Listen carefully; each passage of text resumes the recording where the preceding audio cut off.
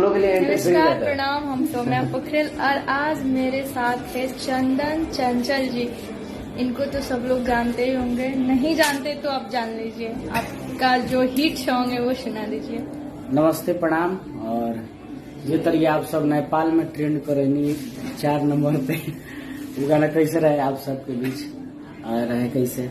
अरे की पतिया नतिया पटना बा, अरे की पतिया नतिया पटना बा, देवरा ढोरी चटना बा, आ देवरा गाल काटना बा।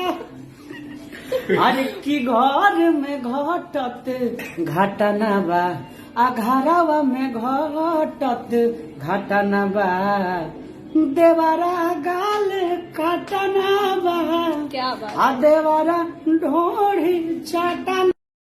हाल ही में सौम्या पोखरेल चंदन चंचल के साथ एक वीडियो में काम करते हुए आई है जिसका नाम देवरा ठेकुआ कटना बा, जो कि आज टीम फिल्म से रिलीज हो गया है। जैसे कि सौम्या पोखरेल विवादों में ही पड़ी रहती है। अभी इनका और प्रिंस प्रियादर्शी पवन सिंह के टीम के साथ विवाद चल रहा है, जो कि उनके साथ रील बनाई थी। और हाल ही में इनका चंदन चंचल और प्रमोद प्रेमी के साथ भी गीत आ रहे हैं। देखिए देवरा ठेकुआ कटना बा, जो कि किम फिल्म के द्वारा रिलीज हो चुका है आज के डेट में।